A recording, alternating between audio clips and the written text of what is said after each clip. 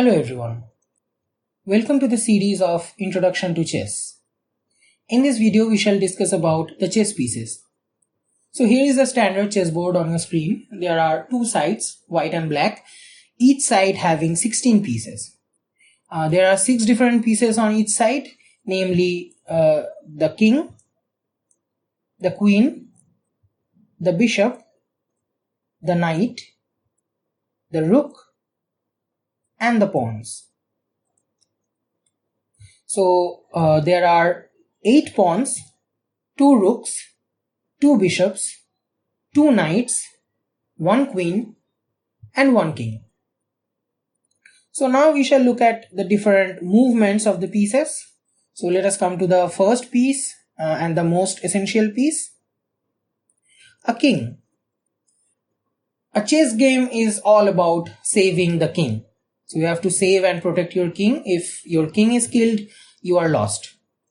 But the irony is that the most essential piece on the board is the laziest piece on a board.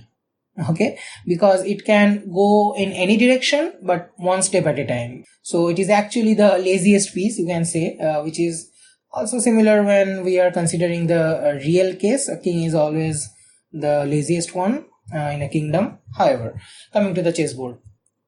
Let us come to the second piece, a bishop. It is also called a sniper of the game because it can go up to any square it wants in the diagonal direction. So it seems like it is aiming at the opponent from a distance, right? Like a sniper. So this is the movement of a bishop. Let us look at the next kind of piece. A rook. Which is also called an elephant, similar to the work it does. It is the Hulk of a chessboard.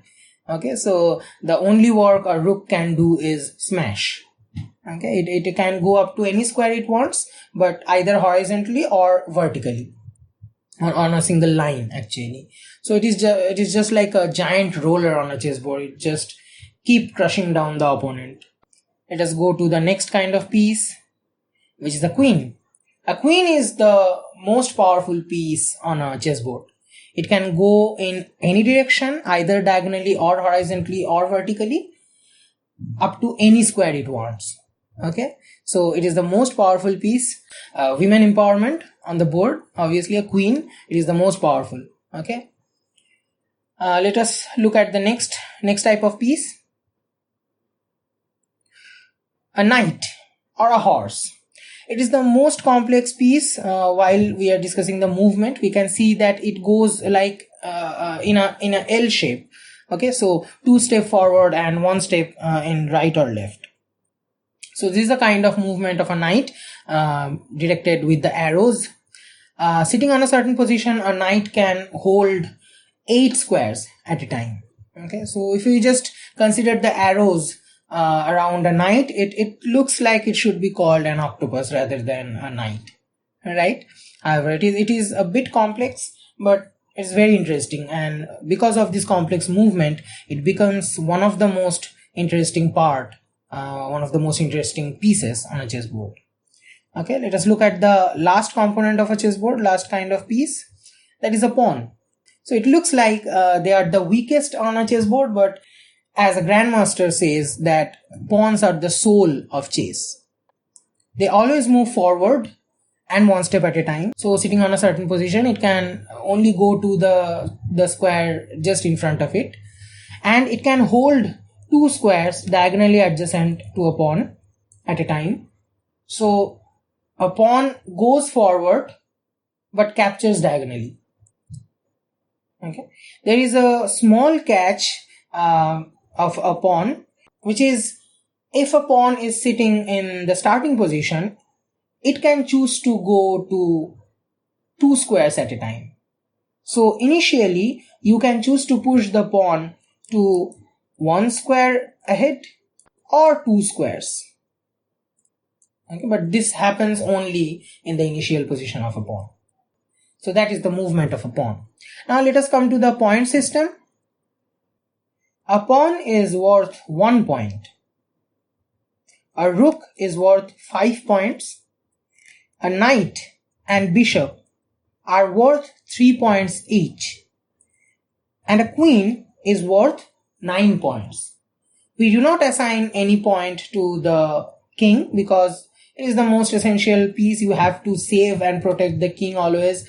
So we do not assign any point. Well, in some advanced theories, they assign point 1 to the king, but in standard chess, we don't follow that. A bishop and knight are called minor pieces, whereas queen and rook are called major pieces.